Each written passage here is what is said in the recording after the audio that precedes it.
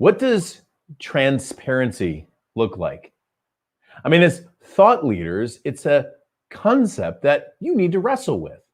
In one sense, you want to lead the people that are listening to you in a positive direction, not getting stuck all the time in your daily personal drama, but at the same time, a superhero who has no flaws is not a superhero. I mean, even Superman had kryptonite.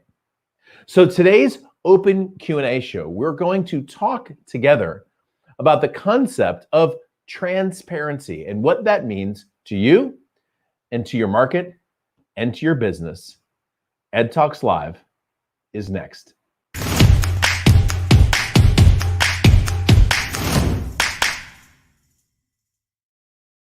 Hey there, it's Ed Rush, five-time #1 best-selling author and former F-18 fighter pilot, your host for the most positive place on the planet for insanely implementable ideas.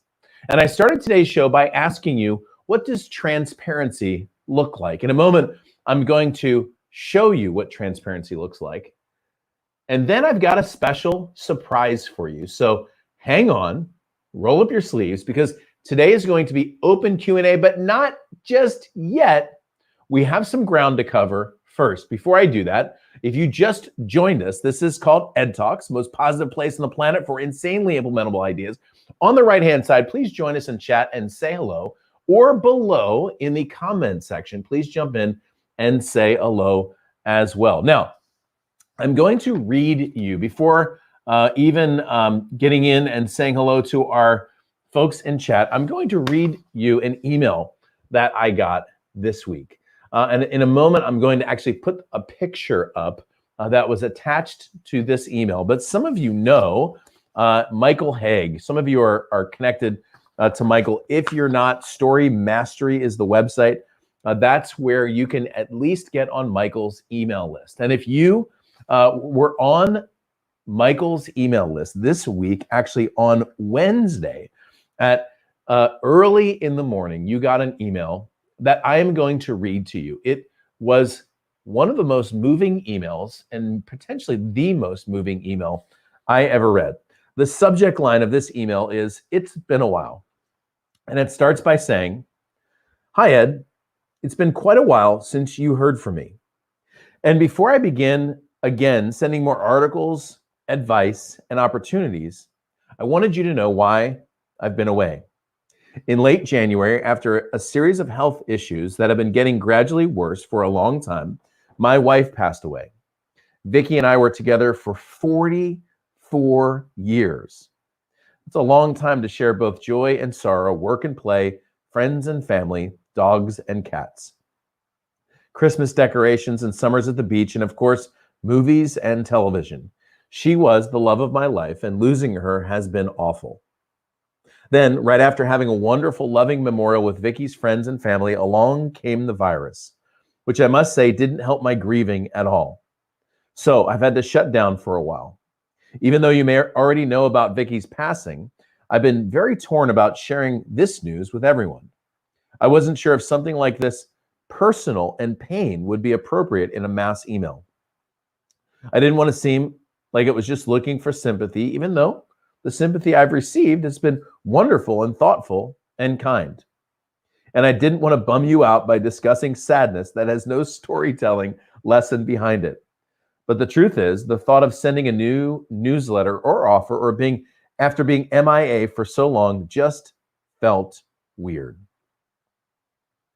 You and all my followers have been so supportive of me and such a source of fulfillment and happiness for all these years that to hide the personal feelings and struggles I've had over the last few months would be ungrateful and dishonest.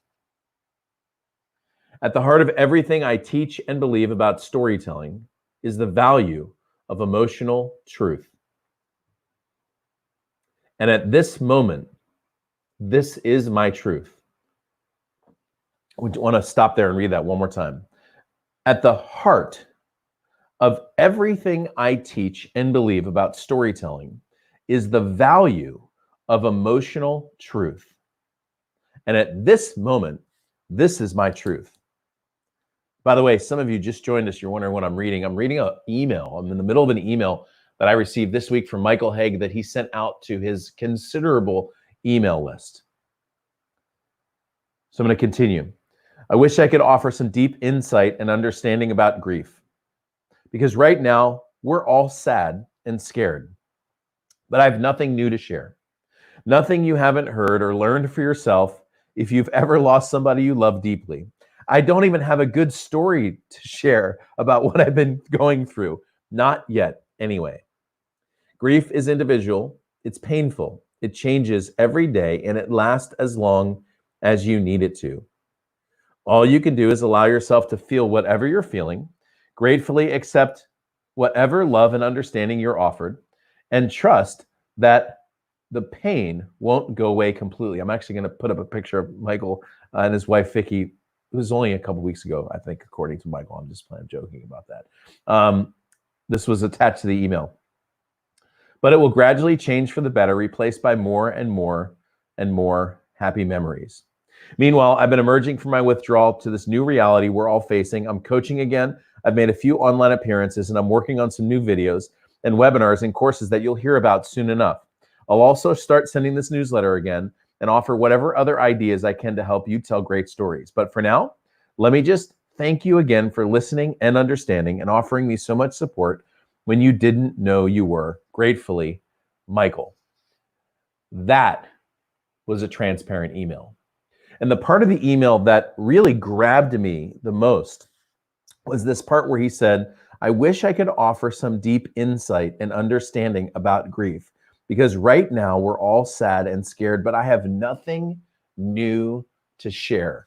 The kind of courage it takes as a thought leader to say, I have nothing new to share about this topic is truly, truly courageous. So I have a little surprise for you, EdTalks live community.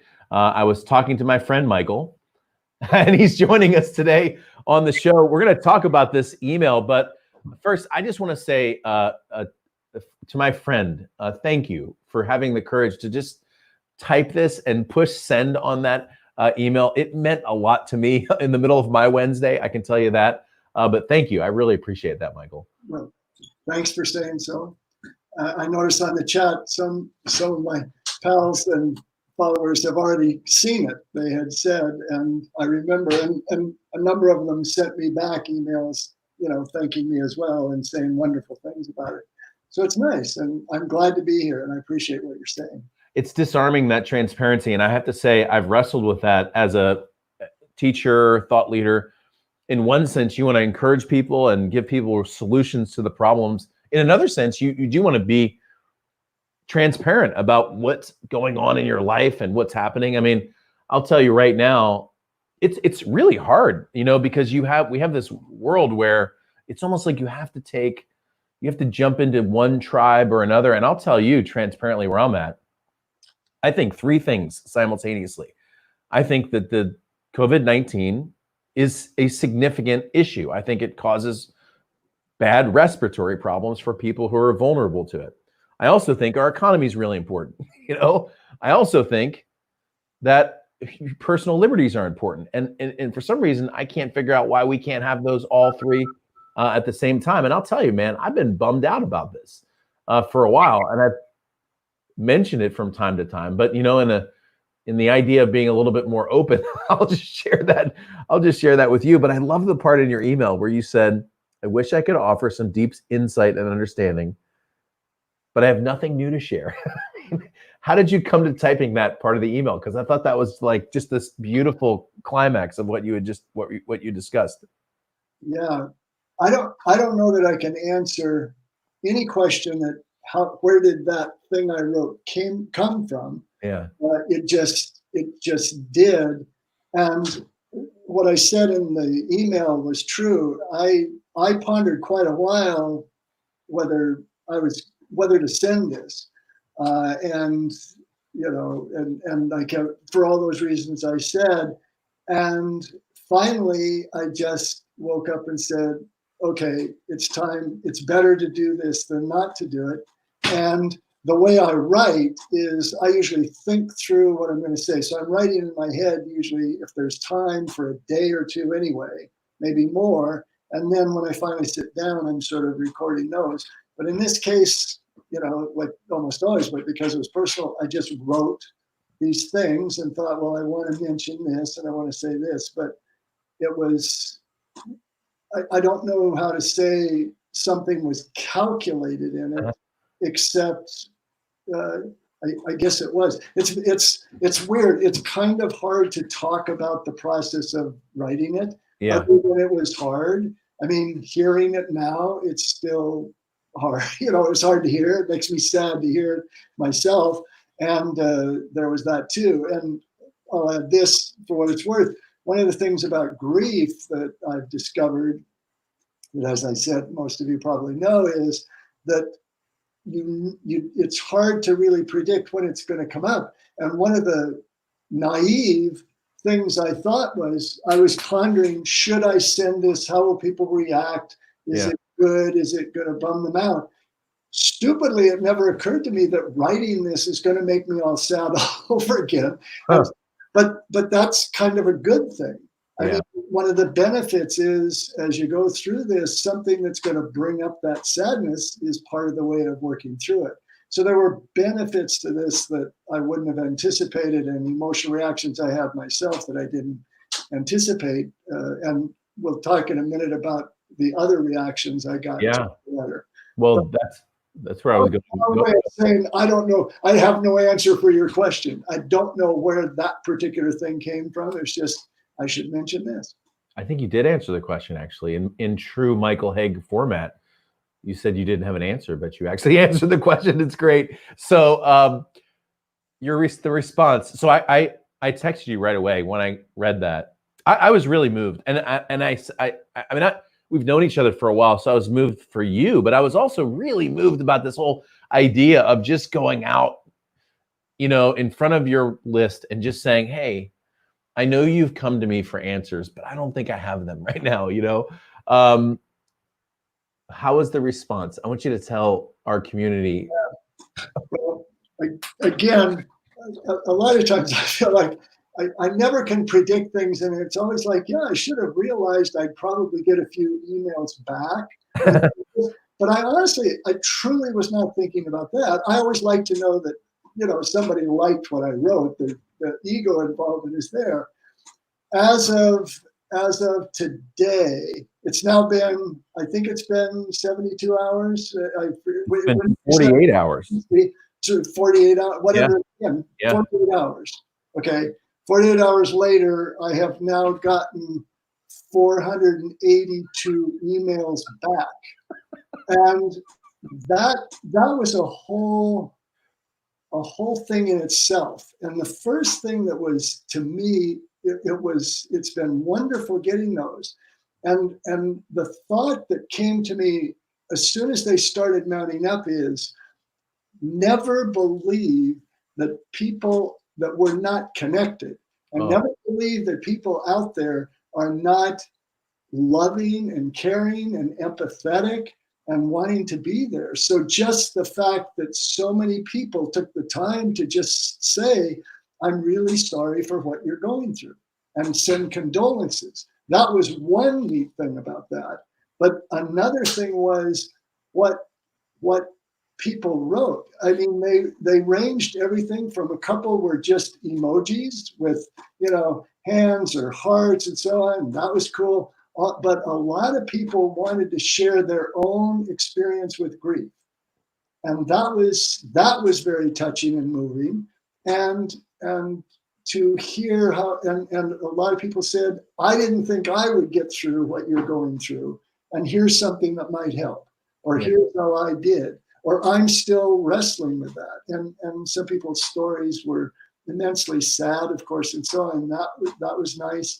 They were also filled with gratitude. And, I mean, it's one of the things I said, I wasn't, you go in saying, I don't want to seem like I'm begging for sympathy. And as a result, I got a lot of sympathy. Right. And I didn't want to be ego involved in it. As a result, the truth, I got to admit, the ego gratification was great, because many people have been with me a long time and said, there were people who said, I remember seeing you lecture in Dallas in the 1980s, which was right at the beginning of my career. So that experience has been terrific. And one thing that's happening now that I'll share, also I wouldn't have expected, is finally I've had to stop reading them, because first of all, reading, and I will promise I will read every single one and take it in, but reading 480 emails, time consuming, that's hard. But it reached a point where I was getting too sad reading them. I realized every email reminds me, oh yeah, that's right. Vicky's gone, or Vicky died, and so it was like, wait, I need to back off from this. So now I'm taking it in chunks and so on. Yeah. But that part of this experience was just astonishing, and astonishingly good to me. It just really reinforced my faith in people, and especially now, because it's hard to feel connected. And I mean, yeah, we all say we're all dealing with this, and that's true. But to know that there are so many people who are so eager to to reach out and to do what they can to make somebody else feel better or ease somebody else's pain, that was just a wonderful realization. It's really cool, man. And thank you for sharing that. So, by the way, if you just joined us, we're in a show today that is actually, usually Fridays we do open Q&A, or a show called Ask Me Anything. And that's the show we're in right now. We're going to get to the questions in a second. We've got about 10 minutes left with Michael, so I thought we would take advantage of that. And I just read a letter that he sent out. If you're not on Michael's email list, Story Mastery is the website. But if you are and you missed this, after the show's over, go back and just listen to the beginning, because I read the letter that Michael sent out, which is truly worthwhile. And I'll tell you what we're going to do. We are going to transition into the Q&A segment. So if you have a question for me or for Michael, throw it into the chat. We'll take some time to answer your questions. He has to leave, like I said, in about 10 minutes, and I'll take the questions afterwards that we didn't do together. I just want to throw some responses up here from some people. Denise, Michael, who came to the show initially from your email the first time, she says hello. Dennis also said, I got it too. What a poignant letter. By the way, congratulations goes out to Dennis, who republished his book on A Wing and a Prayer this morning. So congratulations to that as well. Diana says, love Michael Haig. Hey, we just all love you, man. Barry says he received it too. Amazingly vulnerable. Let's see. I think I saw some other comments. Condolences, yes, indeed, on your loss. Dennis says hello. David Zetz as well. Gina Longo, another nice comment I just saw from Denise, which is great. Barry says, thank you for sharing such a great story. Sally says, I received it. It hit a personal chord. She said, Linda said your letter was very uplifting, which I thought it was. For me, very uplifting. Dr. Tom says, sometimes it's the suffering that helps us appreciate our common humanity. And just such a great comments that are coming out. So thank you for everybody who wrote, Lanika, who you know as well. So thanks for that, dude. I really appreciate it. So let's get to this. There's no questions right now in chat. So if you have a question for me, put it there. If you have a question for Michael, put it there. If you have a question for both of us, we'll answer as many questions as we can. Again, this show today is actually open Q&A. I should have put your picture on this too, but we didn't know until just this morning that you were going to be coming on. And so let's talk a little bit about this topic of transparency. I mean, there's a nice balance, I think. And we'll talk in a moment. I think why don't we bring in the concept of superheroes? So we were offline, Michael and I talking. I said, you made me think about this idea of transparency, because with every great story, you've got this hero, but every great hero has their vulnerability. Superman wouldn't be Superman if it wasn't for kryptonite, because it would just be him beating up everyone, and it wouldn't be any fun because there would be no conflict. And if you follow Michael Haig, you will know that conflict is an important part of every single story. And so you've got this frankly, there's people out there in the marketing world who are too vulnerable. Frankly, there's too much. I don't need to know this much. But then there's other people who I was started calling this week after email. There's other people that I call rah rah shish boom ba. Like everything is positive, everything is great, everything is grand. I got the whole wide world. Like from the Muppets movie. So what's the everything is awesome from Lego? So where is the superhero that has the flaw or the vulnerability? Where does that in the story of life? What are your thoughts on that? Sure. Well, the first thing that occurred to me as you said that, because it's always about story to me, is that one of the values of story is when we see a movie or read a novel or listen to a story from the stage or whatever it is, if it's a good story, we empathize with the hero. That means we become that character subconsciously or psychologically. And the reason the story can be emotional is because we're experiencing the feelings that the hero has through that character. But that means that one of the values of experiencing a story is we can experience our own vulnerability through that character. And that's one of the values of it, because vulnerability is a weird thing. I mean, it's like me and Ed, we can talk a good vulnerability game, but it's tough to show the world or even allow the world to a peek at what we think makes us less, makes us not as good as everybody else, because everybody else is also good at hiding their vulnerability. But it's like all the emotions we see in a movie. We go to horror movies to feel sad, and we go to comedies to laugh. But with this vulnerability idea, we get to be this character who we feel sorry for, who is suffering in some way, not just with kryptonite, but starting right out. I mean, who was Superman? He got orphaned right away as his planet blew up and sent to a foreign place. But it gives us permission in a way to not only feel it's okay to be vulnerable, but that character that we've become is going to get on the other side of it and win. Yeah. Or at least be transformed by it in some positive way. Well, isn't that, so go back to your letter, isn't that it's not stated in your communication directly, but the letter also was saying, hey, I'm back. It was almost like without saying it. You said you're going to continue the correspondence, but you were saying, hey, this is what's been happening, but here I am, I'm back here. And I think part of the hero's journey in that letter that you wrote was that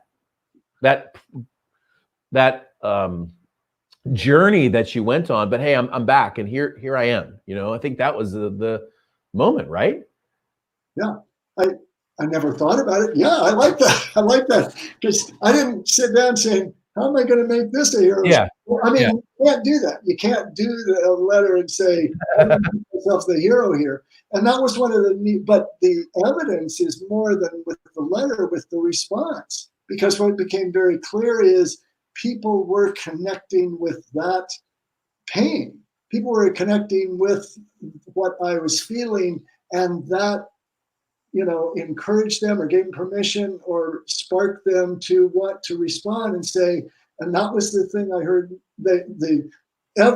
almost every email of all the 400 plus said either, I know what you've been going through because I lost someone very close to me, or I can't imagine what you're going through because I had to do that. I can't imagine it. But either way, it's a statement of empathy.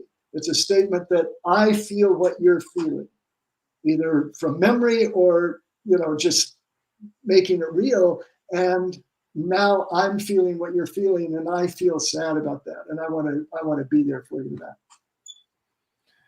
is really good, man. I'm thinking of, I was gonna. Well, so there was I'll tell you where this was done, I think, incorrectly. Recently, about a year and a half ago, I got an email from a guy who actually at this point was he was supposed to be, he was in hospice actually, and he was on his way to passing away, but it turned out he survived. He's still alive. That was a year and a half ago. and he sent the letter announcing the fact that he was in this hospice situation. And then at the bottom of the letter, it was a reminder to renew your gold membership because of all the great benefits that would be coming. And I thought, well, maybe that email wasn't the one to renew the gold membership in, so I don't know why. I don't even know if there's a question there. I just thought of that. I'm like, you really have to, if you're going to share this kind of email,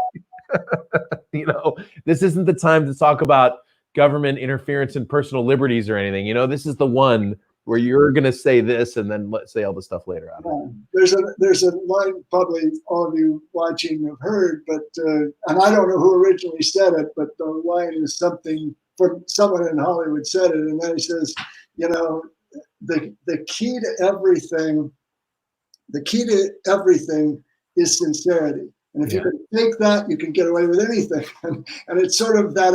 In fact, after it was all over, I thought, wow, this really, like, wow, look at how much response I got. And you kind of get into that trap of counting numbers and ego and so on. But of course, you can't do that. I mean, transparency means let's not make myself seem transparent. And I think part of what you always want to do is say, why am I giving out this message? Now, sometimes you're giving out a message, I'd like you to buy something, or I'd like you to do this, and that's fine, because you're saying, I want this will be of value to me. And I think where it gets a little squirrely is if somebody's pretending, or all they're saying is, this is great for you, great for you, great for you, and trying to hide the possibility that they might get wealth from it or be better. You can't do that. You just own all of that. And then you got to say, okay, is it only ego that I'm stroking here, or am I really trying to help somebody with this message in one way or another? Yeah. I mean, you're a great example of that, Ed, because you're unabashed, if that's the word, about saying this is about making money. I want to be successful, and I made this much money. But it never seems like you've packaged it in the illusion that it's for somebody else. You connect it with things that are of value to us. That's good. That's really good. All right. So listen, Michael has to go in about 2 minutes. So here's what I want you to do as you're in chat. This is the time to just say thank you and to just tell Michael what you think about him. In a moment, I'm just going to throw the thanks up there as quickly as I can before you go, because I know he has a meeting in about 3 minutes. So we'll do that, and then we'll transition into Q&A, okay? But while everyone's doing that, Michael Haig, my friend, what are your last minute parting thoughts for everybody that's watching today? I'm terrible with it doesn't matter if I'm grieving or not. I'm very good with parting thoughts. I want to say thanks.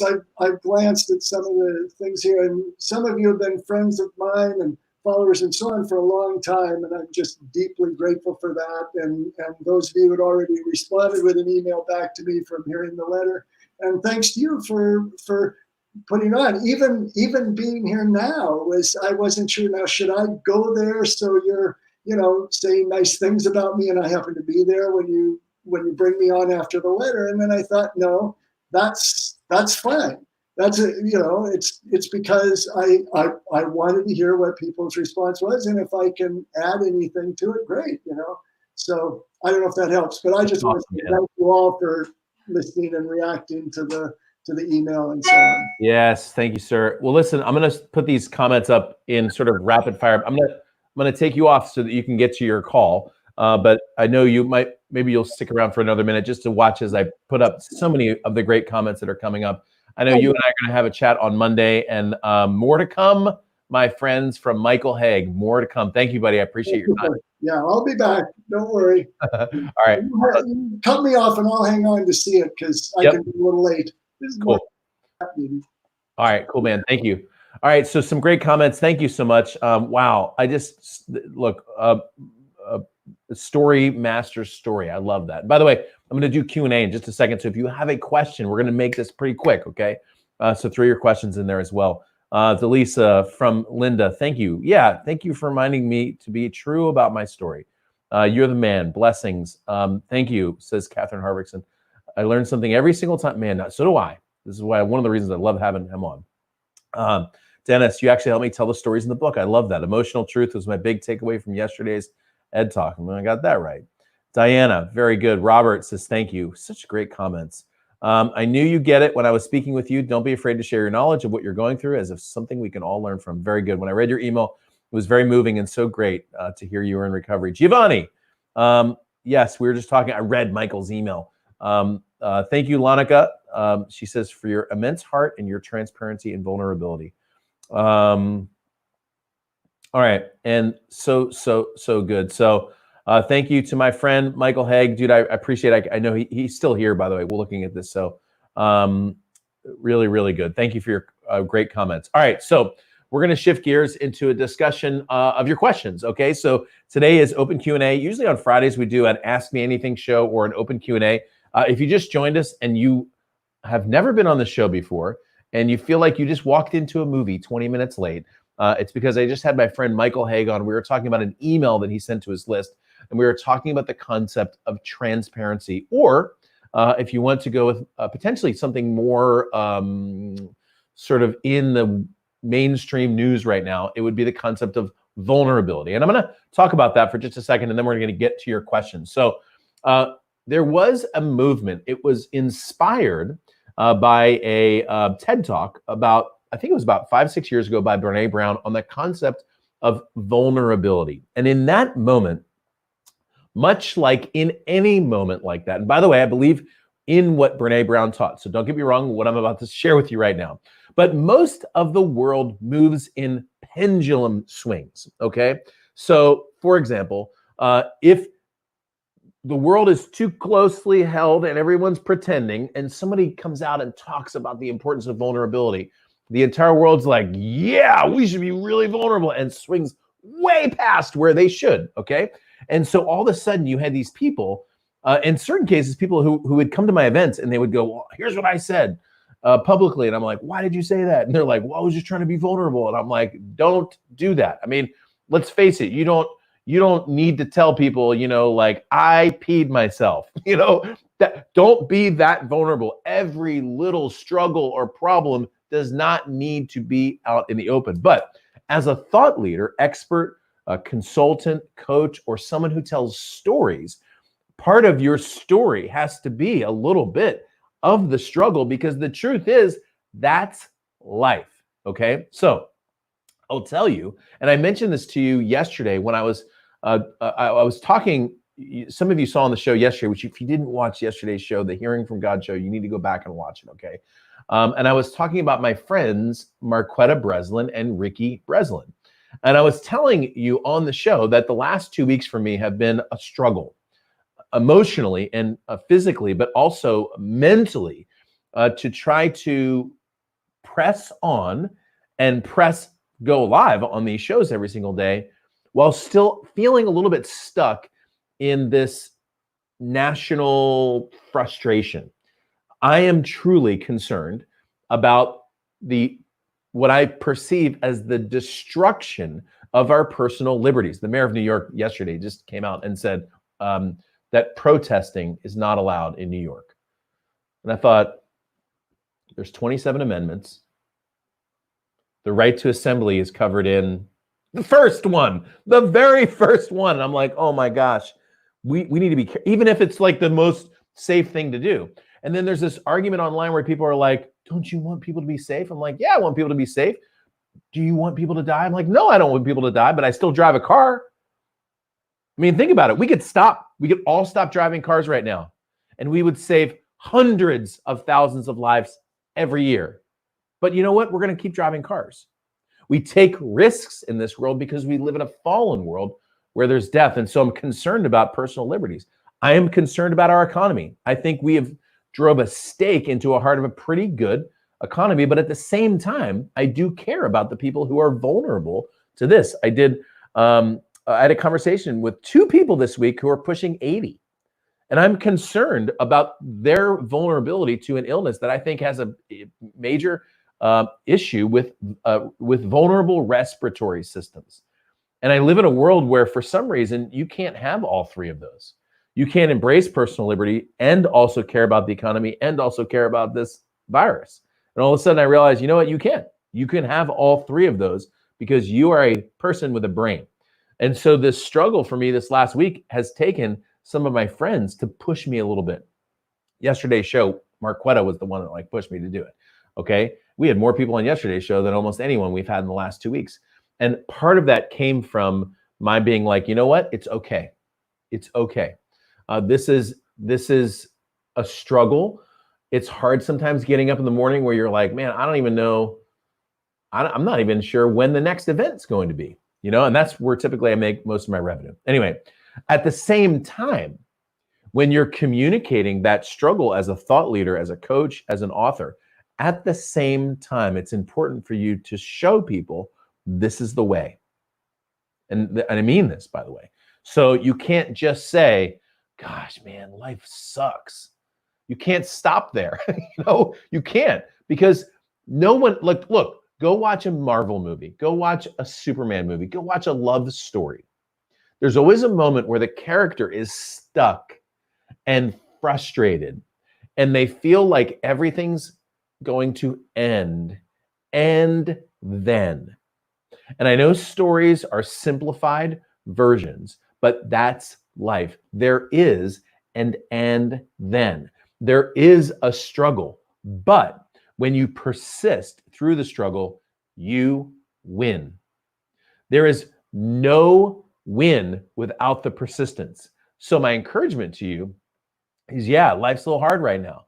Yeah, there's mayors of cities who are saying you can't do things that are against the Constitution of the United States, okay? There's salon owners in Texas that are getting put in jail and $7,000 fines because they decided to open up, okay? And I know some watching the show would disagree with what she did, and some watching the show are like, go for it. Look, all opinions are welcome, right? But I'm here to tell you that if I was to tell you 3 months ago, yeah, they're going to start shutting businesses down and throwing people in jail who's open business, you'd be like, what? No matter what your political foundation is, okay?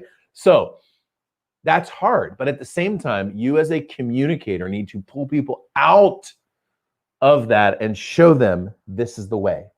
And I know many of you do that in all different kinds of markets and niches, health and fitness and relationships and dieting. Embrace the struggle is fine, but bring people back out of that and show them now this is the way to go. Because I've been saying this for 2 months now. At some point, it's either going to get worse and then we're going to be in charge, or it's going to get better and then we're going to be in charge.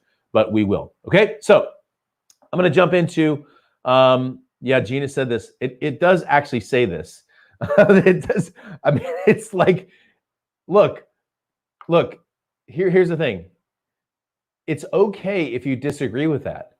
The only thing is you need to vote 2/3 of the people in Congress so that they can override that amendment. We have a system where you can get rid of that if you want to, but you can't just write it away.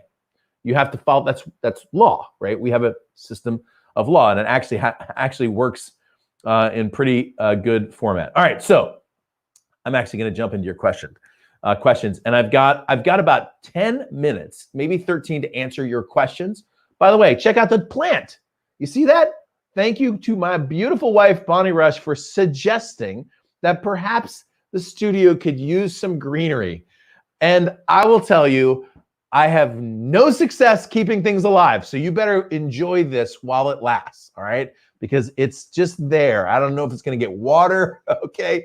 Diana, maybe you need to come help me grow this, all right? So I'm going to take your questions right now. I have one question in the queue, all right? I have a question, by the way, I have a question from Barry, but I have a question from, we stream this show every day to YouTube, Facebook, Twitter, and also a website called Twitch. And I've never seen a single comment once from this medium, but I do see one now that says, "What's up?" from Bulldog 1992. He says, "What's your favorite Disney movie?" Man, I have to think about that one. And I will probably say, well, can I choose Star Wars? I'm just going to go with Star Wars episode 4, 5, and 6, not the other ones. All right. So there. Thank you. Linda said she liked my new plant. All right. So on to the questions. Barry, Gamar. Barry says, if all of your electronic systems and bank accounts were completely wiped out and you no longer had lists, customers, or content and would be starting over from zero, how would you start again? All right, so I love this question. And this is not the first time I've gotten this question, but it's good. It's a good question.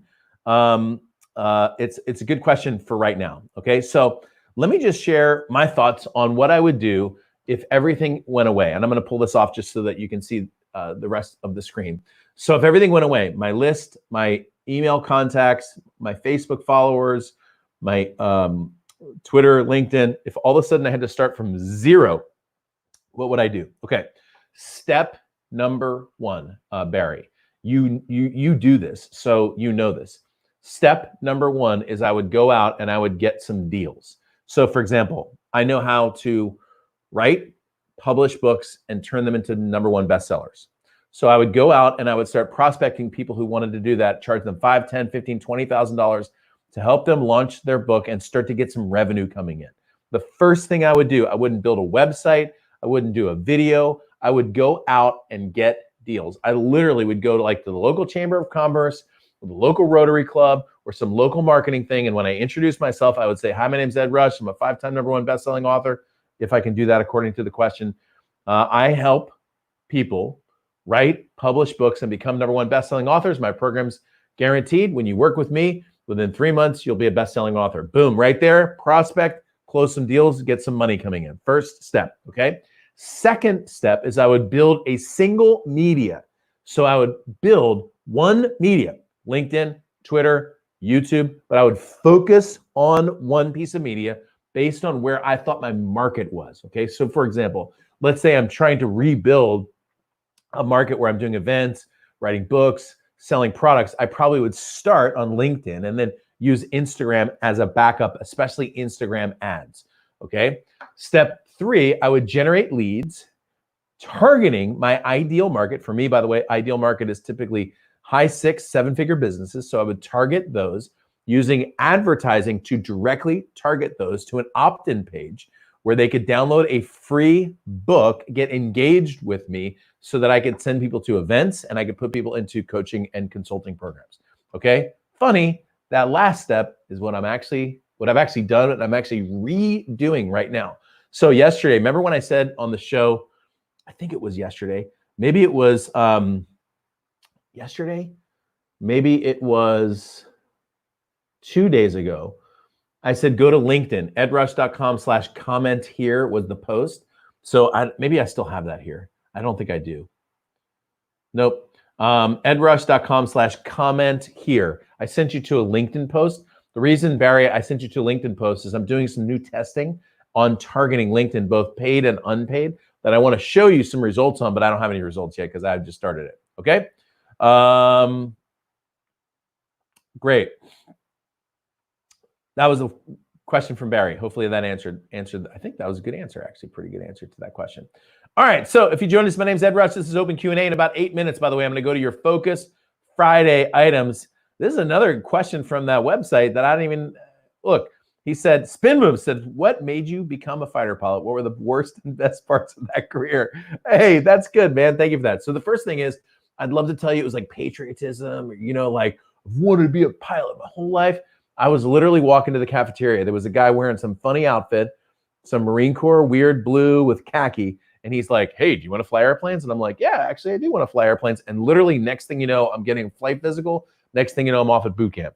All right. I was very blessed. God grabbed a hold of me and put me in the spot that he wanted me to be, but it wasn't like I tried it out. I did it on purpose. Best parts, flying really fast, really low, shooting missiles, dogfighting, dropping bombs. Worst part, paperwork. Oh my goodness. By the time I was a major in the Marines, the amount of paperwork that I had to do, it was like they were just trying to get you to leave because of all the paperwork. So those are the things I loved. And those are the things that I do. All right. So Gina, by the way, let's do this real quick. If you just joined us, hang on. If you just joined us, my name is Ed Rush. This is Open Q&A. And we do this typically, we try to do this every Friday. Gina asked a question. Let me pull this up for you. She says, is it ethical to reuse old testimonials for new businesses? If so, do I have to ask permission from the writers to use them in a different context? All right, so Gina, the first thing I will tell you is that I'm not a lawyer, and so nothing that I say should be taken as legal advice. I'm also not a doctor, a investing professional. I'm not a holistic health practitioner, so don't take any health advice from me either. You shouldn't even take relationship advice from me. Basically, you should take business advice from me for the most part, and productivity, personal growth. That's my zone. Okay, so when it comes to testimonials, the first thing I'll tell you is that the FTC has published guidelines on testimonial use. In their guideline, it says that the testimonial should be recent. It doesn't speak as to the time duration of that particular testimonial. And so if, for example, the testimonial is about you, you probably have a little bit more leeway to use it than if it was about a product over here and you're using it for a product here, okay? The second thing I'll tell you, Gina, is that it always is helpful, for example, to go back to the person, if you're going to use it again, to just go back to the person and just say, hey, you gave me this testimonial 8 years ago. Would you mind if I still use it, or is it something you want to update? Okay, sometimes that will be helpful. And I will tell you, there's people that are using testimonial, they're online right now, still on YouTube. There's testimonials of me that I gave people 10 years ago. And not only do I haven't even been connected with those folks for a while, but the second thing is, it's a old version of me. It doesn't even look like me, so there's a brand disconnect for me. And so certain cases, especially if it's a video, you're probably going to want to pull it down anyway, because it doesn't help a person who's aged 10 or 12 years.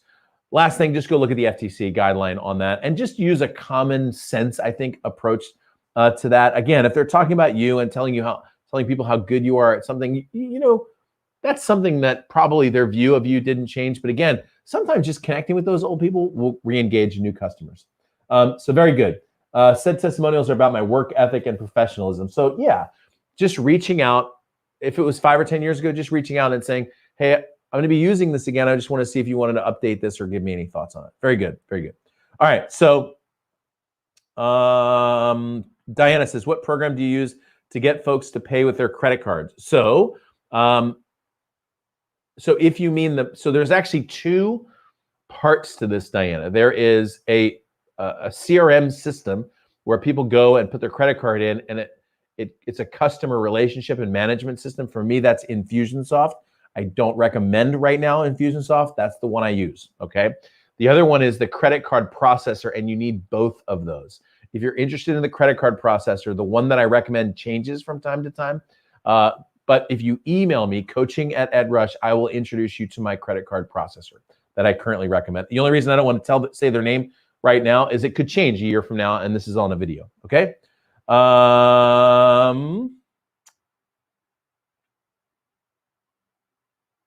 Man, another legal question. Ed Barry says, your terms of use prohibit under age 18 and URL linking. Why? If I have videos for teenagers, if I want people to link to my site. My terms of use, Ed, were created by an attorney here in California that I paid too much money, a lot of money, to update and keep it current. And California has far more stringent laws when it comes to terms of use on websites. So my stuff's tight. It was all written by an attorney to be in compliance with everything that I needed to get it in compliance with. All right. So with that, I think when I read Michael's email, y'all were like, oh, and then you didn't have a lot of questions asked, which is totally fine. Okay. So a couple things. Next week, I have a friend of mine coming in named Todd Durkin. Todd is one of, I'll answer this one, Dennis. Thank you. Todd is one of my longtime friends. He is the trainer to some of the best football and baseball players in the world. He's written 5 books, I think, just came out with this 6 books. So I'm going to be interviewing him on Tuesday, and you're going to love it. I'll do this one last, and then we're going to do some Focus Friday stuff. So now is your chance to tell me what you're going to focus on for the next 7 days. And I will tell you that if you're not getting my weekly flight brief, video and email. You should watch it via video, by the way, because it's a lot. There's some fun little things that are inside of the video. I'm recording my next weekly flight brief literally right after we get off of today's show. Make sure that you go sign up for this. If you haven't already been there, you're going to want to sign up right here, edrush.com.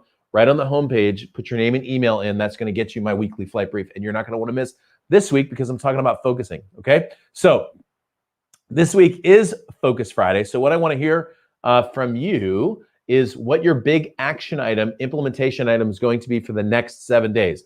And I am going to give hang on.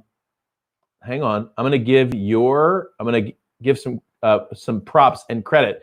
Very first comment today from Dennis Bauer. This was at 9:30 this morning.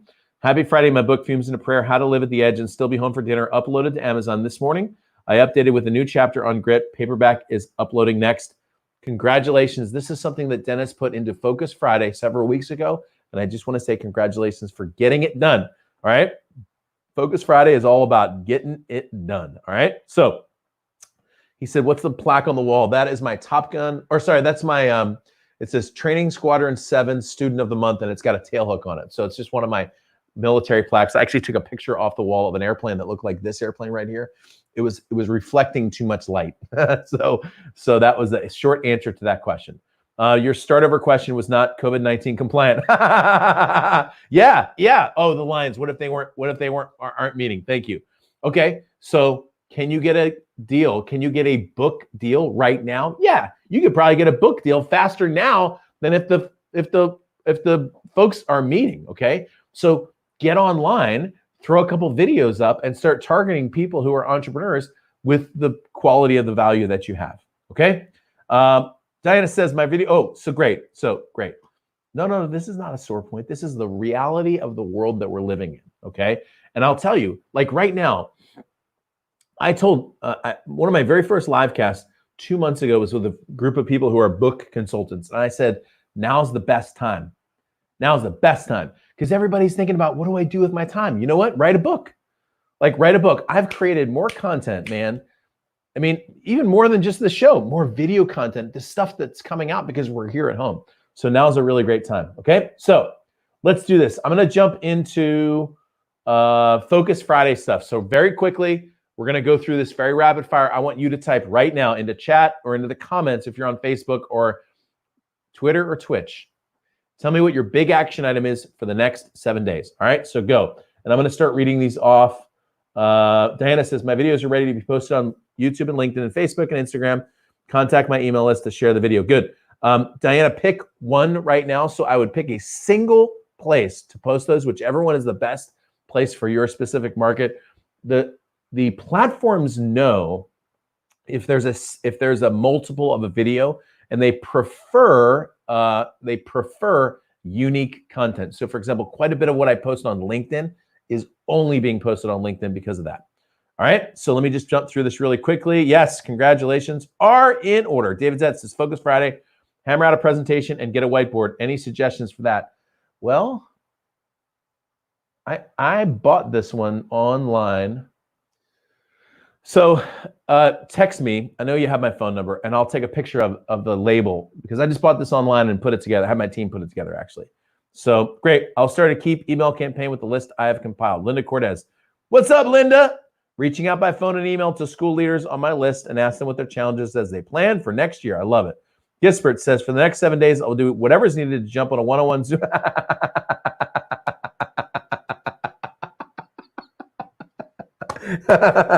Yeah, you're the best, dude.